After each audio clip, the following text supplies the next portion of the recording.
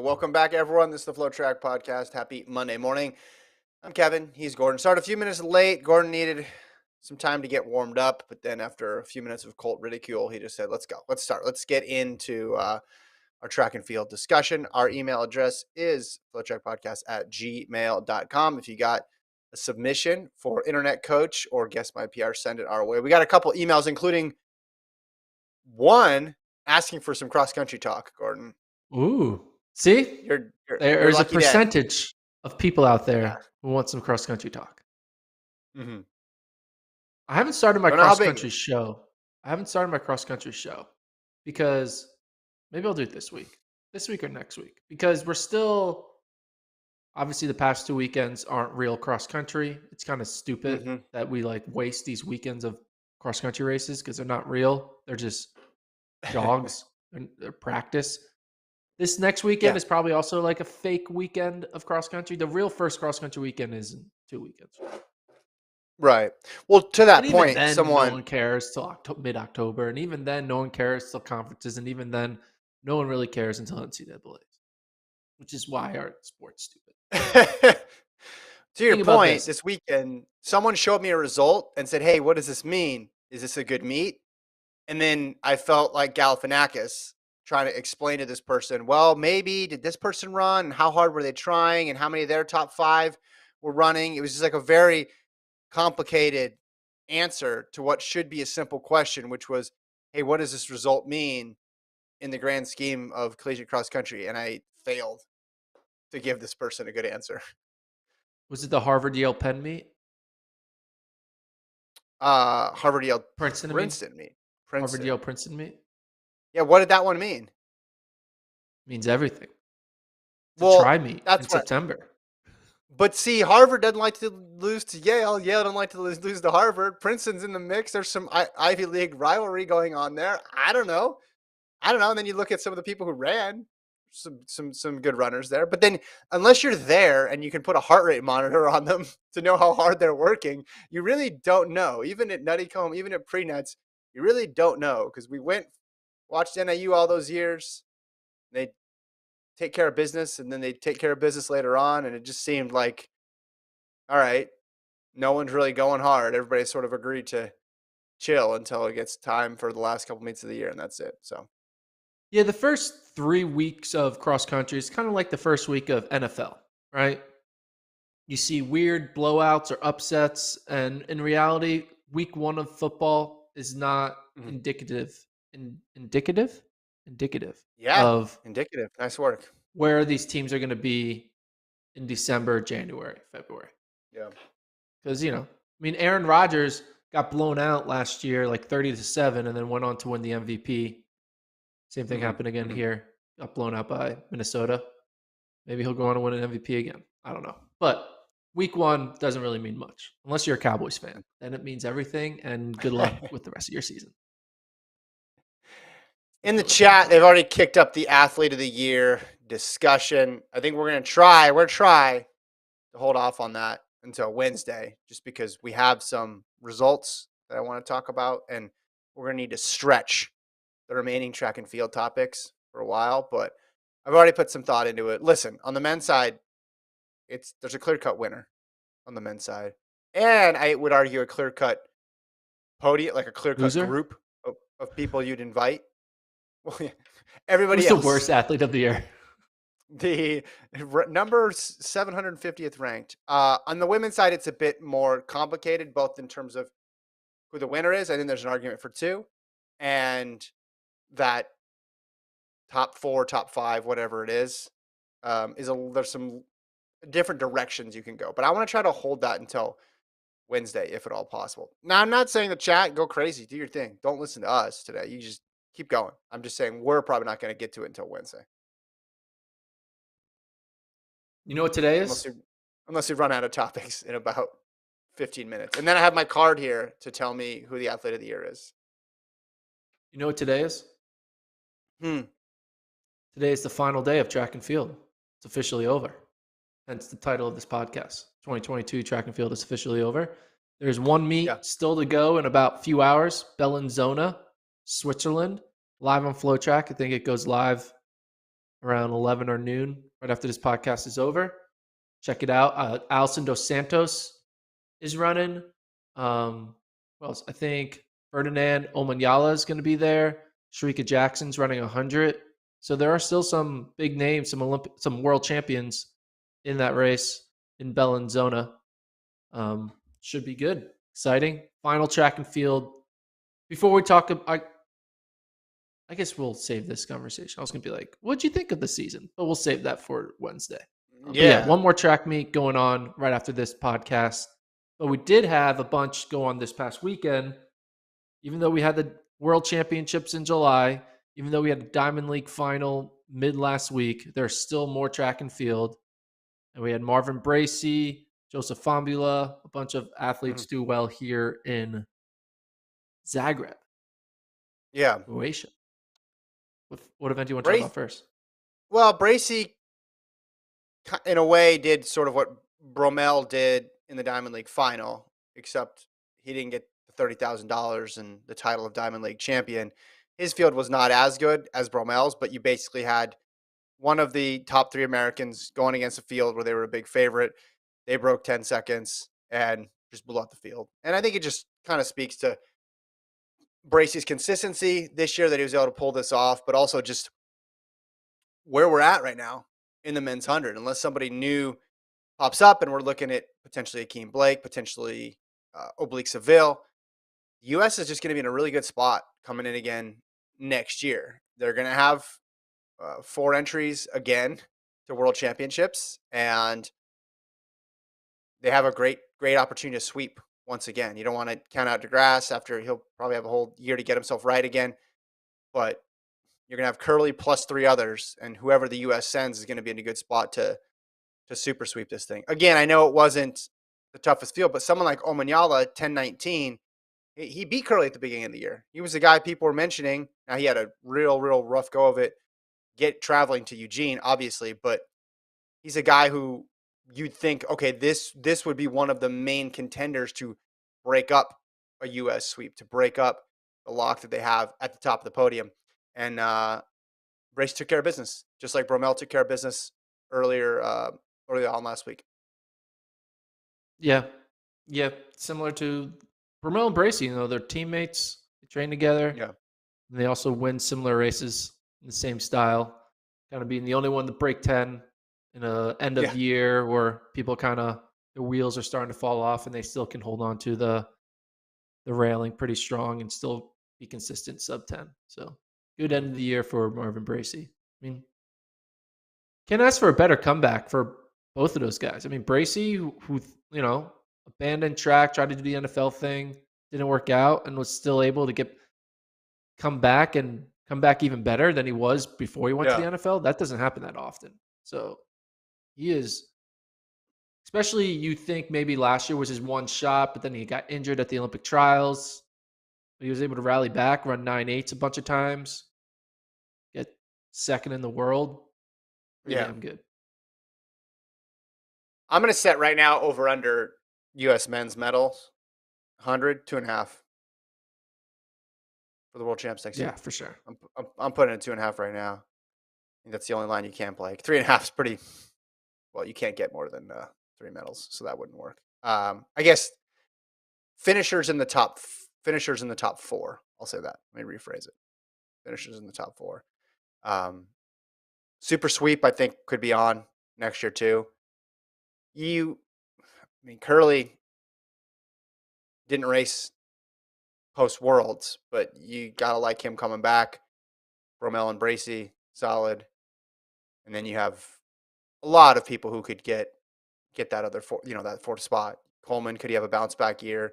What's Lyle's gonna do in terms of the double?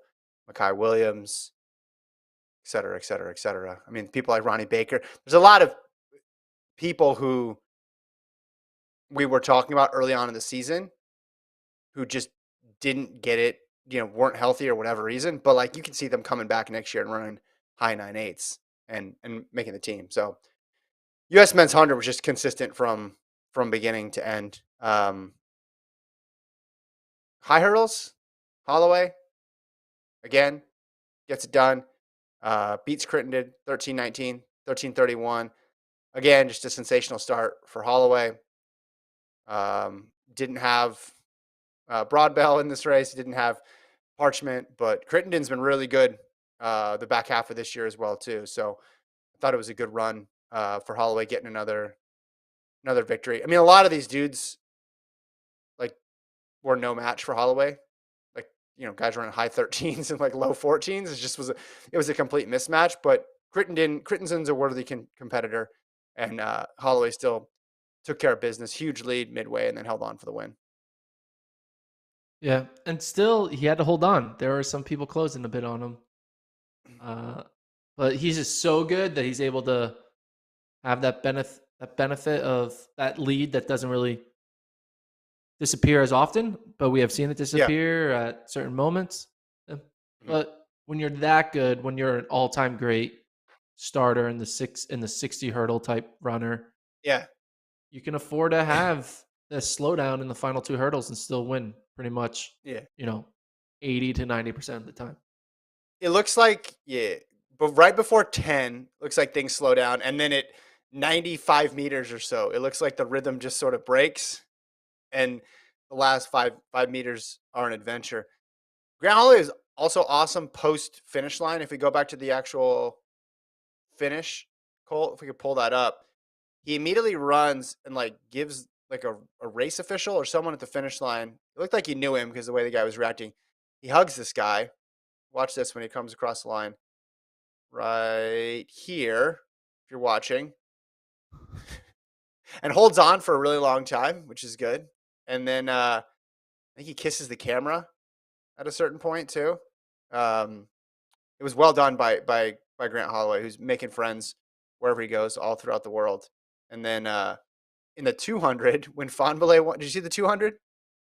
Right after No. Fonbele wins, and the announcers didn't even notice it. So Fonbele wins, and then Grant runs on the track and does like a wrestling move on him.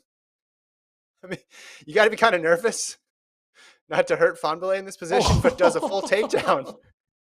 He did a full takedown. If you're listening and not watching, pull it up on our YouTube page. It's all up on there. Fonbele won. It was a typical Fonbele race. He's got to be gassed. He's had such a long season. But then Holloway comes from the sideline, grabs him, and kind of does like a full tackle and puts him on his back. Yeah, you were watching the full race here. Slow start for Fambele, but he's one of the best in the world, and he clearly should be able to pull away from this field. Takes a little bit of time for him in this situation, but he gets it done. Wins in 20-0 or something like that. A lot of these races, you can clearly tell that these guys, they've had long years, especially someone like Fambele. He's been running. I Yeah, guess he didn't run indoors because he was. Did he run indoors? He ran like late in the I think indoors season, he ran sparingly. He like didn't make the SECs. nationals. Yeah, Yeah, yeah. But regardless, still long seasons for a lot of these people, and it's now September 11th, September 12th, and they're still going. But excited. how many? If Fambele ever gets his start, man, he is gonna be scary. I mean, we've been saying that based on the way he runs, but like he has the best last 100, and he has a better last 100 than Noah Lyles, in my opinion. But it's a 200, not 100. So Yeah, how many people do you think right now can win gold next year in the high hurdles? How long is your list? Grant Holloway, Hmm. Broadbell, Devin Allen, Cunningham, Parchment, Crittenden. Maybe why not? They get 4, so he can make the team. Yeah, So 6 guys. There's probably a it's a seventh long out list. there. Yeah. Well, you could throw Roberts won USA's. You could throw him in Roberts, there yeah, too. Like 7. Roberts. whoever the fourth American is. That's a long list. Yeah, it's long. It's turning into sort of how the women's high hurdles was this year, where you thought early on one person was going to run away with it, just like we thought it was going to be Holloway, just like Camacho Quinn, and then it just turned into this very, very deep field. Now, Amasan broke away for the women, but we'll see what happens with the men. I didn't anticipate saying by the end of the year we're going to have 6 people in contention, but I agree wholeheartedly with that list. And I think Broadbelt is gonna. I think he's gonna turn into a consistent threat, and I think he's gonna turn into a guy who can run multiple 12.9s. I think for Grant to be secure next year, he's gonna need to get back to the 12.8 Grant that he hit that one time at the trials. Like he needs to be 12.8 high in order to get this done. I just have a feeling we're gonna see a really fast year top to bottom in the men's hurdles next year. And you're gonna need 12s to win races. Not just at world championships, but some diamond leagues. Like you're gonna need to be running hitting 12s. Yeah, I can see that. I can agree with that. We'll talk about this Woody Kincaid kick. Oh yeah, kick of the week. Kick of the week. Here it is. Same meet, Zagreb. Start all this back here, Colt. Let's go back to the beginning of this clip. Um, about 300 to go. Woody Kincaid, Morgan McDonald, getting at Wally's in there. He's making a move. So you have this big pack, 7 guys there. Kincaid, we know he can close, right? He showed us he can close, but it is the second week of September. How much of a kick does he have left? He has to go super duper wide. This looks like the final of an 800, basically, not a men's 3,000. And he goes all the way out into lane 3. But then to his outside, you have someone trying to outkick a kicker, and that's Reynold Chariot, who at the line looks like he gets Kincaid back. Kincaid even thinks he got caught. He puts his hand on his head and is upset about the last finish. And the flowers go to Chariot initially, but Kincaid by a thousandth of a second. Can you separate those guys, Gordon? Can you separate them with the naked eye? No. Yeah, no, I can't. I can't separate them. But Kincaid thought he lost. They'll show the slow mo video right here coming up. Look at Kincaid's facial features and hands flare up when he thinks, "Oh no, I lost. I Oh, screwed it up. I missed out on it." But they were in the exact same time, but based because he off a doesn't lean. photo finish, He didn't lean. Kincaid got the win. Look at that. That's Why what didn't he's I thinking. lean? Yeah, you can see he doesn't lean, and he notices Chariot leaning to the outside, but Kincaid actually gets the win. It's got to be an awkward conversation when you have to give the flowers back. What do you think they Yeah. say? Ooh, do you have bonus I mean, flowers in case that happens? So you give 2 people flowers? yeah, how do you take the flowers back from the person that you thought won? I don't know. You just say like, "Hey, there's been a timing malfunction or something." I don't know. Makes it Supply annoying. chain issues. We need Supply to chain have issues. these back. So Yeah. your guy Morgan Give McDonald. you yours in the mail. We'll give you yours in the mail. McDonald gets a PB in third, 7:39. That McDonald, I was mean, incredible. he's kind of had a slow year, injured earlier on. We were supposed to see him, running that that 4 by mile at Penn Relays, Yeah, but had a late to the season, didn't get to really run much. So ending your year with a 7:39, it's not bad. It shows that you can still get fit. They're all looking towards 2023 now. So, but yeah, good run for McDonald. I mean, he beat some good guys. Walle's in there, so yeah, beat some pretty good names.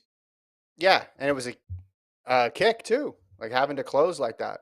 Like that's his best result in a while. I can't think of another race recently where he's outperformed expectations like that. So good sign for 2023. What else? Oh, men's 2,000 meter steeple. You want to break down the time for Bacali? 5:14. What do you think? I have no thoughts on what a 5:14 2K steeple is at all. I did look it up to see if it was the world record because I have no idea what the world record was. Apparently, the world record is 5:10, and he Ooh, ran just missed it. 5:14, so missed it by four Just missed it. seconds. But it's still like a Uh, top 4 or 5 all time 2K steeple mark of all time. So good for him. history, history. You can witness that. Um, all right. What else? Women's mile was Should kind of funny. Go ahead. What was funny about the mile? There you go. What was funny about the mile? Um, the women's mile was funny. They had 2 rabbits, right? And Elise Cranny was the second rabbit. And you're just like, all right, least Cranny just can win this race. You look at the names on it, it's like just stay in the race. But then she stepped off with a quarter to go, and she was basically pacing by the end Linden Hall. Linden Hall was so far in front of everybody else. Like she had like a full on like gigantic, gigantic lead, and she held on. She ran 4:21. It was just strange to see Cranny pacing a race that she definitely could have run well herself in. And the field was pretty good, but it wasn't, it wasn't Kipchoge, it wasn't Laura Mir, it wasn't the superstars. But Hall gets the win. I just thought it was funny at this point of the season, Cranny pacing. That was usually you see that early on. You're trying to get your feet wet. Like, oh, I'll pace a 5K, and then 2 weeks later, I'll run a 3K or something. Usually at the end of the year, you don't see that, especially in a shorter distance like this. Yeah. Hmm. I missed this race. But yeah. Maybe they Yeah, had some deal with the meet where like, hey, come and we'll pay you for pacing and all this stuff. I'm sure there was some reason why she yeah, did a pace instead of running a full mile. Just what she ran 1,200 yeah, meters. yeah, yeah. And again, like Hall was so far out in front of everybody else, so I'm sure she appreciated having someone there for a little bit. But even when she stepped off, she had just to do so much running. I mean, the victory is 2 seconds. It's sort of, it was a bigger victory than that. It seemed it was a bit more misleading. This was never in doubt unless Hall completely fell apart. Tania Marshall won the women's high hurdles. Clayton won the lows. What else happened? Cofield won the 400 over McLeod and Sada Williams. Women's 400, the bigger names, like the World Championship finalists, they just keep going. You're missing Shawnee Miller-Weibo, but everybody else is just like, we're just going to keep running this women's 400 over and over and over again. We could also talk about, though, the Fifth Ave mile. I Yeah, turned on let's my talk about TV that. to watch that. I turned on my TV to watch that. Rainy conditions. Josh Kerr slips at the start, gets back up, joins the lead group. Sam Parsons makes a move at halfway. He wanted that $1,000 halfway bonus. Did the money hands when he crossed. I loved it. It was amazing. Everybody knew it was coming, and they couldn't stop him. Reminded me of Tour de France, trying to get those King of the Mountain points. So you make that big surge right before the climb. But ultimately, Jake Whiteman got the win. Timed at 3:49.6 ahead of Jake Hayward, 3:49.9. Sam Prekel was third. Cole Hawker was in there. So those of you who've been keeping track of Cole Hawker since he went out in the first round at USA's, I'd say this is probably a positive result for him based on what he's been up to. He got fifth ahead of Jordy Beamish. A lot of big names in this race, but Whiteman continued his success at the 1500 slash in his first non 800 since non 800 or non 1000 since Worlds. Is that correct? Do I have that right? Probably, Check it yeah. out. Yeah. What no, did anyone ask him after the race? Has he been asked about Has he been asked? not racing Jakob? What specifically would you want to ask him? Hold on, I'm making sure he hasn't run a 1500. Oh no, Commonwealth. What am I saying? He ran Commonwealth. Yeah, come on, Commonwealth. Of Or you got course. third. My apologies. Let me redo all that again. Jake Whiteman in his first mile It's his first since mile. its first Worlds. mile.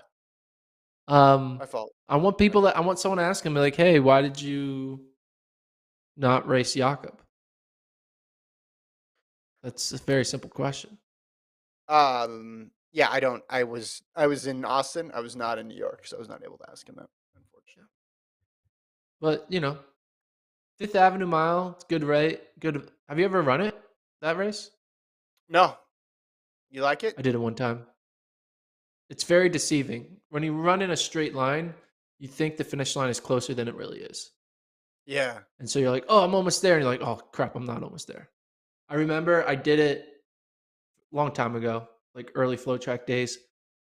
I was there filming a workout with Iona, and they did like an 8-mile tempo run or whatever.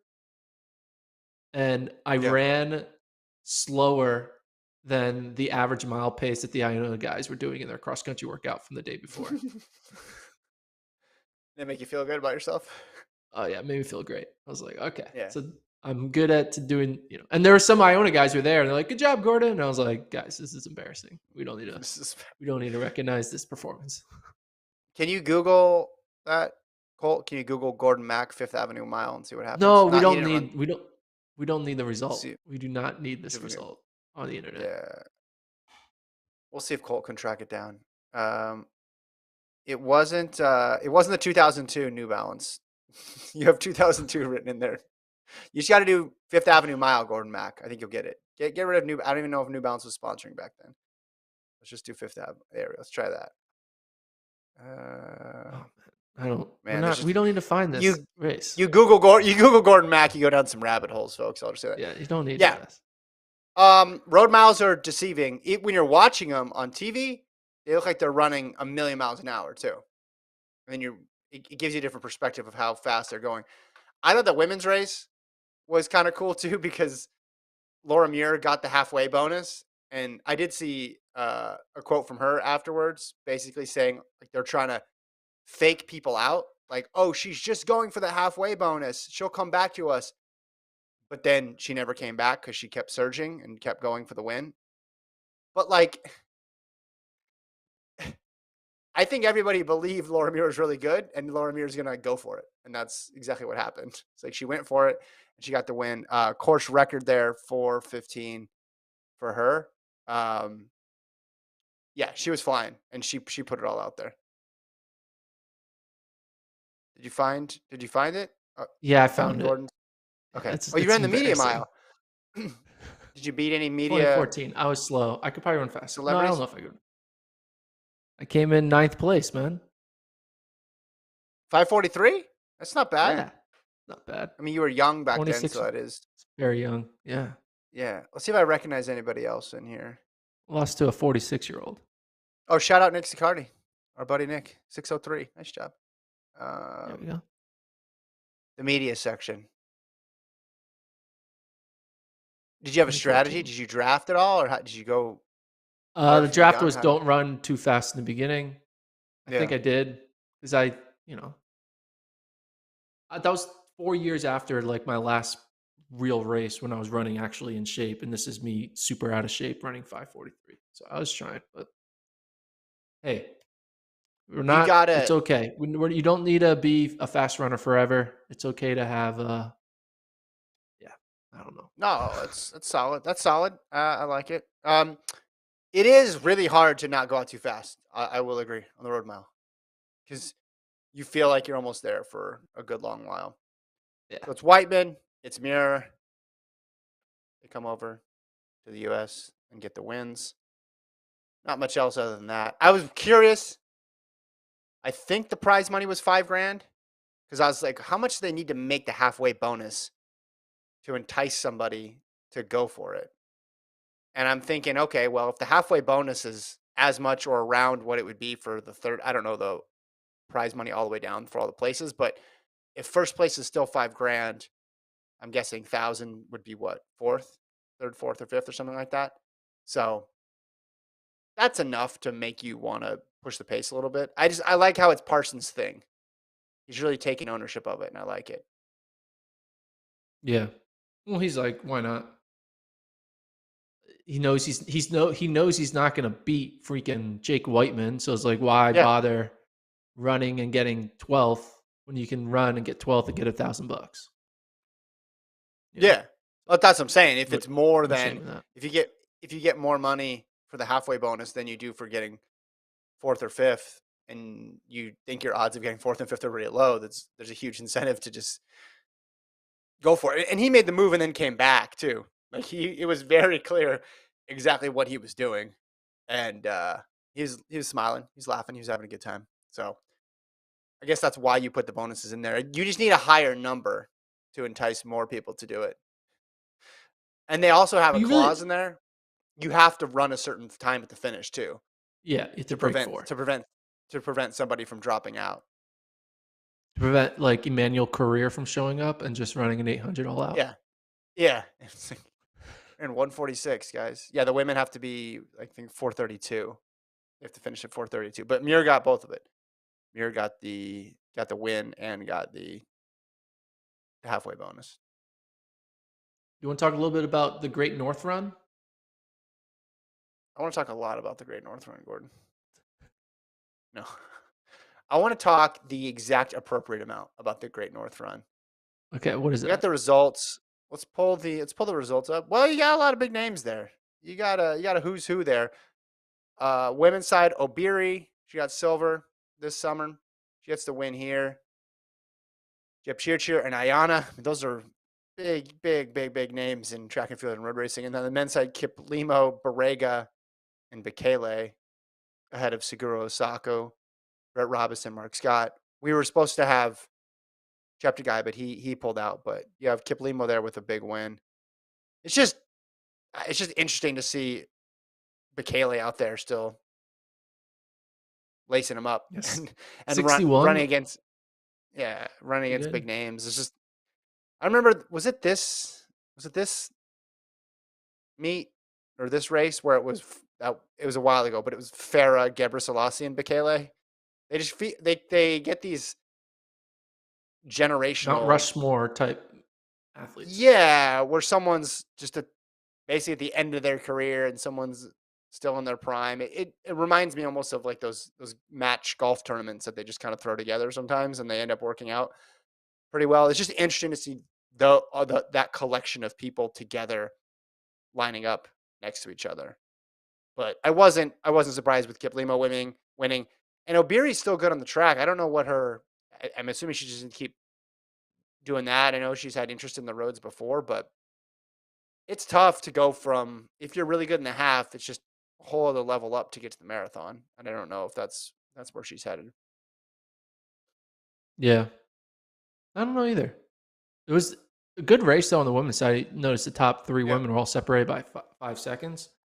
They were all Yeah. together in a pack until the very end. Whereas on the men's side, Caplimo kind of just pulled away, and it was like very separate of Caplimo. Then a minute later, Barrega. Then a minute later, Bekele. So Ayana, we haven't seen Ayana in a minute.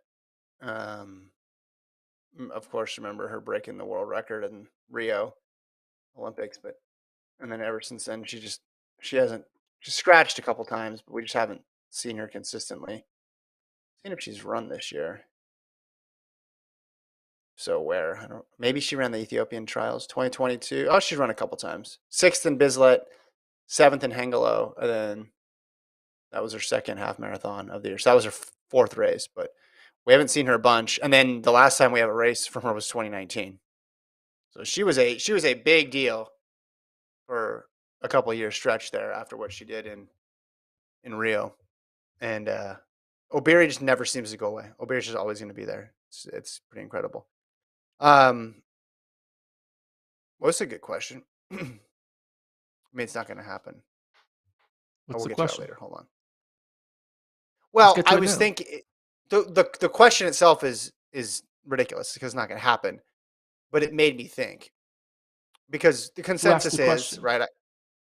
It's in the chat. Okay. DET522. The question is, if Kipchoge breaks 2 hours in Berlin, does he pass Mondo for Athlete of the Year? Obviously, I don't think he's going to. I think the world of Kipchoge. I don't think he's going to break 2 in Berlin.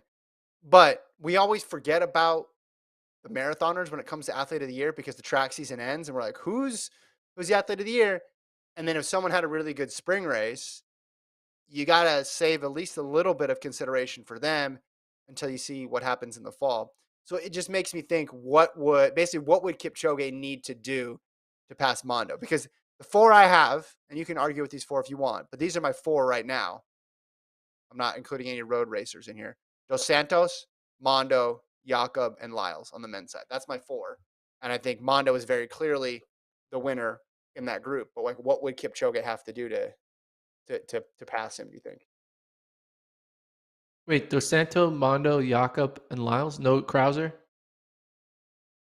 No, he's lost twice to now to Kovacs, right? Yeah. Well, That's one Jakob where lost. both those guys. It reminded me of the Barshim Bondarenko high jump a few years ago. where it's like it's tough. It's like, are you the athlete of the year if you can't dominate your event? And I know it's unfair, but I just it's tough. It's tough to separate. And also with Krauser and Kovacs, you're judging them on the high bar of the year previous too, like Who because he won put those last big year? marks out. Athlete of the year? Yeah. It was Warholm and Thompson Herrod, wasn't it? Okay. So then Mondo's going to win. I think it's pretty obvious. Yeah. So you We don't even you need didn't it. answer my We don't question at even all. we don't even need to have the pod on Wednesday. Mondo's going to win. Yeah. I know that the women's where it's difficult, but the whole point of this discussion was How me fast you need to asking run? you. You need to So run he ran. one. If he ran 150, I think if he ran 159, yes, I think if he broke two, he would win Athlete of the Year. So if he runs 2:00:01 in addition to running 2:02:40 in Tokyo, he doesn't get it. Correct. I think if he breaks his world record again, he should get it. I think that would be enough for me. He's able to do that again. Well, I want to. So, one thing which we'll probably talk about on Wednesday. Look, we're doing Wednesday's pod at the end of Monday's pod. This is not good. So people who are listening now, be prepared to hear the same stuff over again. Do you think World Athletics would hold the lack of participation from certain athletes in their events against them? So, in this situation, why would they want to reward Kipchoge when he doesn't run the World Marathon Championship? Similarly, why would they want to reward Sydney McLaughlin when she basically doesn't run the Diamond League circuit? Those are two different things. So marathon, you're only going to get 2 or 3 appearances total anyway, versus someone running a quote unquote normal track event. I think the expectation is higher for the other person. So yes, the amount of competition should matter. If you have two people and one of them the times are equal, one of them ran a bunch, one of them didn't run at all, you're going to go with the person who ran a lot. The issue is going to be for the women. I'm not going to get into it now because I want to save it. But the issue is going to be for the women when the one person who did run only a few times basically ran all-time marks every single time they stepped foot on the track. Like there was no wasted performances. I'll leave you with this stat, and then I do want to leave this conversation alone because I do want to save stuff for Wednesday. Did you know, Gordon? I think you might not What? know this. So I'm about to tell you something that I don't think I caught this at the time. Maybe I did. Eugene was a long time ago. It was very hectic. There was a lot going on. Because we talk about Sydney, she only ran a few finals this year, right? She ran Nashville in the 400 hurdles. She ran Nashville. She ran Sheikh Eshkavayavar. She ran USA's, and she ran Worlds, right? In the 400 hurdles. What if I told you though she had a top 10 performance this year that didn't happen in a final? Her semi at Worlds was number 10 all time. Did you know that? Did not know that. I don't think you knew that because I didn't know that until I didn't remember it until last week. She was 1/100th off what Dalilah Muhammad ran to win the 2019 World Championships in Doha when she broke the world record. And she ran that in a semi. Like when you dig into the Sydney numbers, it's ridiculous. And I'm still trying to figure out my order. Again, it's down to those two. I keep going back and forth. I'm a you should race a bunch person. Like that's how I've always thought about this. I think Bolt definitely got one more of these than he should because he didn't race a lot. But Sydney's quality of performance is really putting this to the test. It's really stressing this theory because when you're running number 10 in history as a semi, you're sort of breaking whatever formula I created. I'll just let you leave it at that, and we'll discuss more about that tomorrow. I mean, on Wednesday. Yeah. And I do think for the women, there's six that would deserve like consideration in terms of going to the finals, however many they cut it down to. Back to the men though for a second. Krauser also didn't win World Indoors, so he had 3 losses on the year.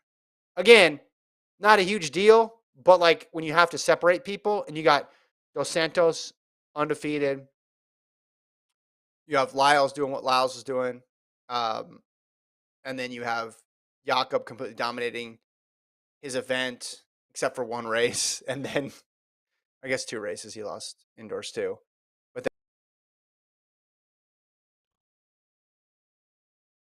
This is embarrassing. You got new internet and your internet just went out on you. Now you're No, muted.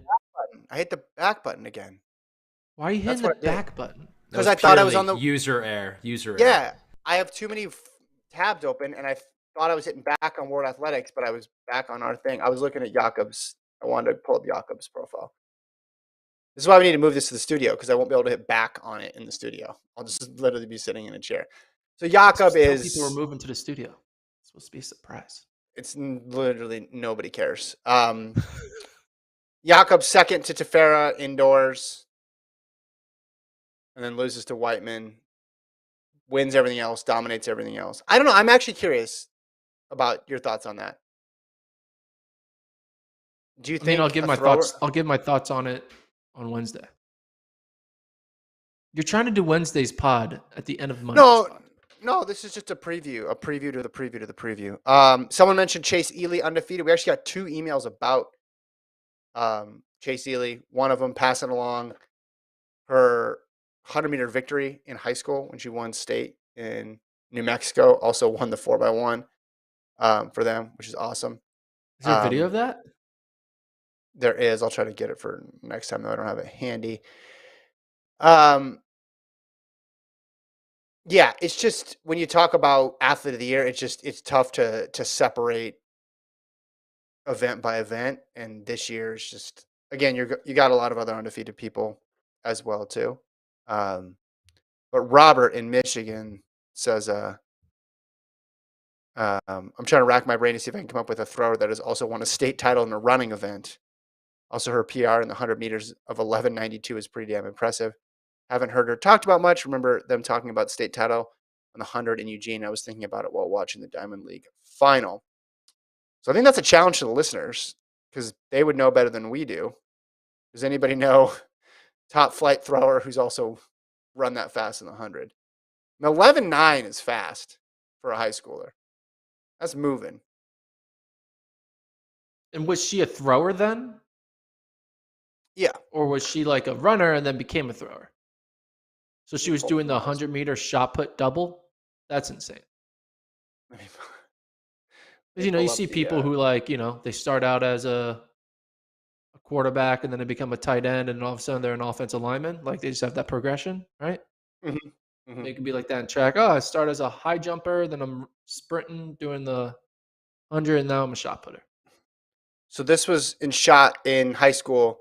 She threw the shot feet, 47 feet 3 inches, javelin 129, discus 78.5, 100 11.92, 200 27.6.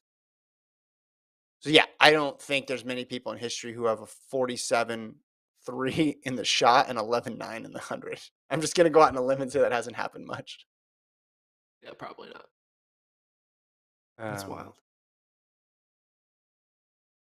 Yeah, that's crazy.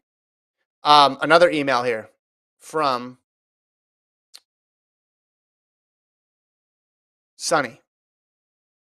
So first of all, he wants an update on our cross country schedule, Gordon. What are we live streaming for cross country? All the high school state championships, I believe the Big East championship, I believe the Live in Lou XC Cross Country Classic, which is October 1st. I think Tennessee's running there, so we could see those. And I think that's about it. The Florida State Cross Country Invitational. The big stuff we have is mainly the marathon majors. We have the Berlin, London, both live in the U.S. Yeah. So No nutty Okay, so comb and not no pre-nets. No nutty comb and no pre-nets, unfortunately. or Griak, right? No Or Griak. Griak. Okay. Correct. All right. Follow-up question on that. Will you be doing a ranking of men's and women's cross country teams, individuals on your podcast like you normally do? I love to watch them and get opinions so I know who to watch out for on any given team. That is Sunny. Of course. Thank you, Sonny. Yeah, cross country show will return this week. I'll film it in the coming days. The rankings are already out, so you can see my current preseason rankings for teams and individuals. I do top 255 individuals, top 25 teams. So I'll break down why I created the preseason rankings as they are. And then next week or the week after, I think I'll go every 2 weeks.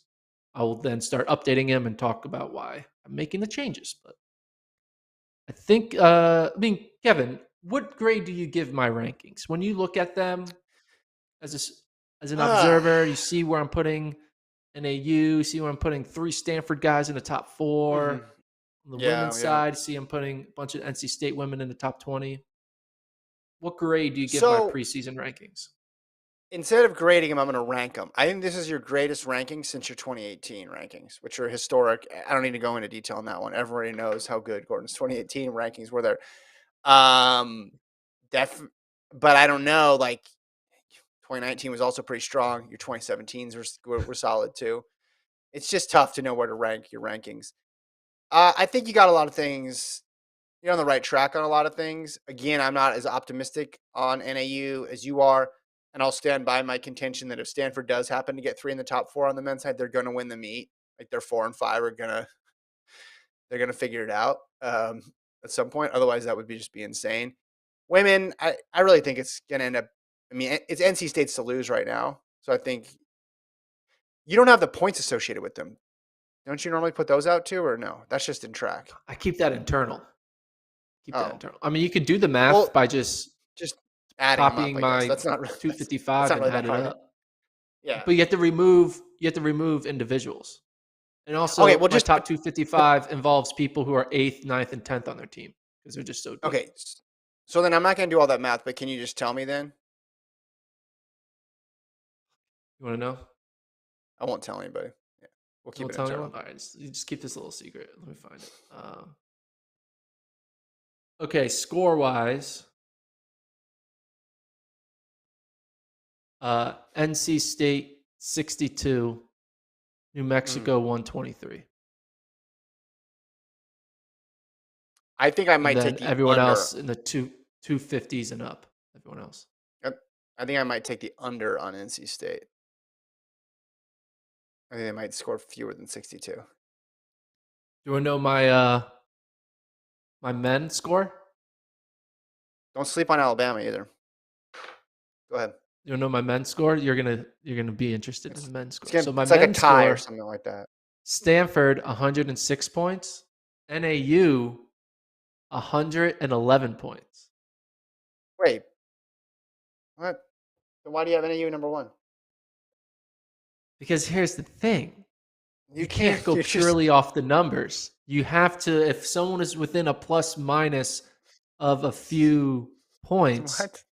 they're in the same tier, and you can adjust who is one, who is two, based on being virtually plus or minus air range. So technically, the algorithm says Stanford 106, NAU 111, but you do have to put a little bit of like thought into it and be like, all right, that's basically tied.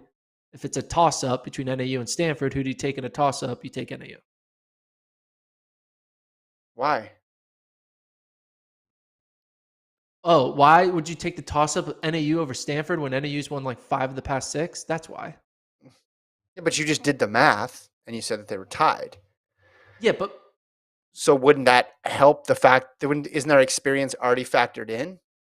And that's why they're in those places that you have. By the way, Colin Solomon not very experienced at the NCAA level. I'll just say it. So Gordon just refuting his own algorithm. Bad no, look. I'm not Bad look for the refuting. algorithm. No, I'm Algorithm's not recognizing. here to defend itself either. I recognize that algorithms have an error. And like, you can't just be like, this is 100%. Like, you can't What's the error? say You didn't like this it? The error athlete. was you didn't like it. That's not an No, no, error. That's just no, you didn't like the results. No. no, no, It's no, no, just no, no, no. The error is you can't just assume that the algorithm said this athlete's going to finish 73rd and that's 100% going to happen. No, it means that the person's algorithm probably going to is finish 60th to 80th. That's what it means. the algorithm is supposed to take out subjective measures like what you just did. You should put more trust in the algorithm. And the algorithm This is subjectively put NAU and Stanford in a different class from everyone else, and then it's on the expert, yours who's truly, that? to decipher Okay, the well, tiers. but So I you also decipher the made tiers. you also made the algorithm here. Colt. No, the Colt. algorithm makes itself. The algorithm makes Colt. itself. The algorithm has Yeah. changed over the years as I learned what is important and not important for the algorithm. You know, there was times when I was like using steeplechase times, and I was like, this is not good for the algorithm. Steeplechase does not really affect your 10K performance. This is how Notre Dame gets in the college football playoff every year. This is how this happens. Yeah, exactly. I Do you trust the think this is a algorithm. good way to do numbers, Colt? No, I think we need to go back to the BCS system. Just put it in a computer, let it spit out what happens. That's what we do. Yeah. I mean, Gordon, What? how many points different? 4? 4 5. points? 5. It'd be one thing if they were tied. Dude, 5 points is such a small number. If it was like, if it I don't know was about this. over, it would have to be over 15 points for me to like let it impact me. If there was You a should have 15 saved your point gap, I would have been like, all right, I have to take Stanford. It was only a 5 point gap. Could have saved yourself a lot of time. What do you mean? Just save yourself a lot. Just be like NAU. Number Well, one. no, you gotta like let the because if it said NAU was like 50 points worse than Stanford, I'm not gonna be like, oh yeah, it's still NAU. No. But 5 you're okay with. Yes, because 5 is very small. Out of 255 places, 5 is very small. Come on, man. Five is basically each athlete finishing one place better. That's the difference between 62nd and 61st is not that much. No, I understand how the number 5 works. I just don't understand why you ignore it. It's still a victory, though. You still get the trophy, even if you win by 1 point. If Stanford beats NAU by 5 points, you don't get any I get credit for for being right still. You get 0 credit. No, you get 0 credit because you just disagreed with your algorithm. You tried to outthink it. Well, here's the thing. And It's they all still get preseason the right now. trophy. The algorithm will be more accurate. Like They don't give the trophy to NAU because it was really close. They still get the trophy. A win is a win. Interesting. But you do have NC State winning. Fair and Yeah, square, because right? they're winning by like 60 points. So I trust that algorithm. Interesting. Tampa Eagles asked about the sub pod. We're recording it on Friday, correct? Yeah. Correct. That's what we're doing, right? Yeah. Do we have a topic? We'll talk Are we about doing the one athlete or of the year two? again. Aren't we 2 back?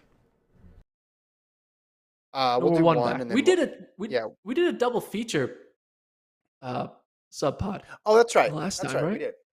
Yeah. Did you release them both? Yeah, they're both up. Oh, guys, you'll have an exciting follow-up to Gordon's shoe news, too. Oh, right? God. I'm trying to get more turn the people sub pod into Gordon's personal life updates. We can't do that. Just for 5 minutes. It's not going to be a whole pod. I'm just saying people are going to want to know the follow-up for that. Speaking of Gordon's personal life, someone asked for a dunk update, too. So, yeah, I thought about this weekend going and doing a dunk. I visualized it, but then I didn't do it. But I know that I'm better. I just know it. I mean, I'm jumping 43 inches How much on better? box jumps. 5 points better? Significantly better. 62 Yeah, points? at least 5 points. I'm Okay. lighter and I can jump higher. Like, that has to mean something. But part of me wants to not know my progress. I No, kind of want to you just need to keep have. training and then just do it on the last day with like I'm all in on this final day. No, that's not a good way to do it for content. We need stuff to talk about. People want to Okay. follow you in the journey. You've been around too many professional runners. Yeah. I'm just That's going to go true. train and then I'm going to show up and run this time trial and qualify for Worlds. Don't do that. Yeah. Share You're right. You know your what? You're journey. right. You're right. You're right. No, I mean, I'm excited to see where I'm at because I clearly have progressed. Like I haven't like You given can't up on the goal in like February. So you can't have gotten worse. I mean there's that in no a way. nice way. Yeah. I appreciate that. Your vertical didn't No go way. down. No, it did Right. not. It went up. So we'll see. All right, I'll film it this week. I'll film a dunk attempt this week. Look at this, so much On content. We Wednesday, got the sub pod. Well, another dunk attempt filmed. It's gonna be good. Wednesday's show. We'll talk athlete of the year. Here's some names I have written down. You can't show the names. Come on, man. Cover it up. Cover it up. Cover it up. Just a few names. There it is. Oh yeah, You still Fraser Price. Not a lot of people have Fraser Price on their short list, do they? not after she lost that one race. Sharika Jackson. That's true. She might be there too. She's running in like an hour on Flow. Anything else? Man, these pods are getting a little. We need a. Pods are getting great. Pods are getting great. Yeah, they're good. We had a kick of the week today. We did. Brought back kick of the week. Yeah, internet coach. We have one that I need to read on Internet Coach. I have it saved. We'll do that as well. We got Berlin Marathon coming up. It's gonna be exciting times. Well, we have a lot to talk about. Don't worry about it. And then if we do ever actually move to the studio, I can just fill a lot of time being like, man, isn't this cool? We're in a studio now. People like to hear that stuff, right? I could describe the studio. Say my favorite parts of the studio. Ooh, that'll be fun.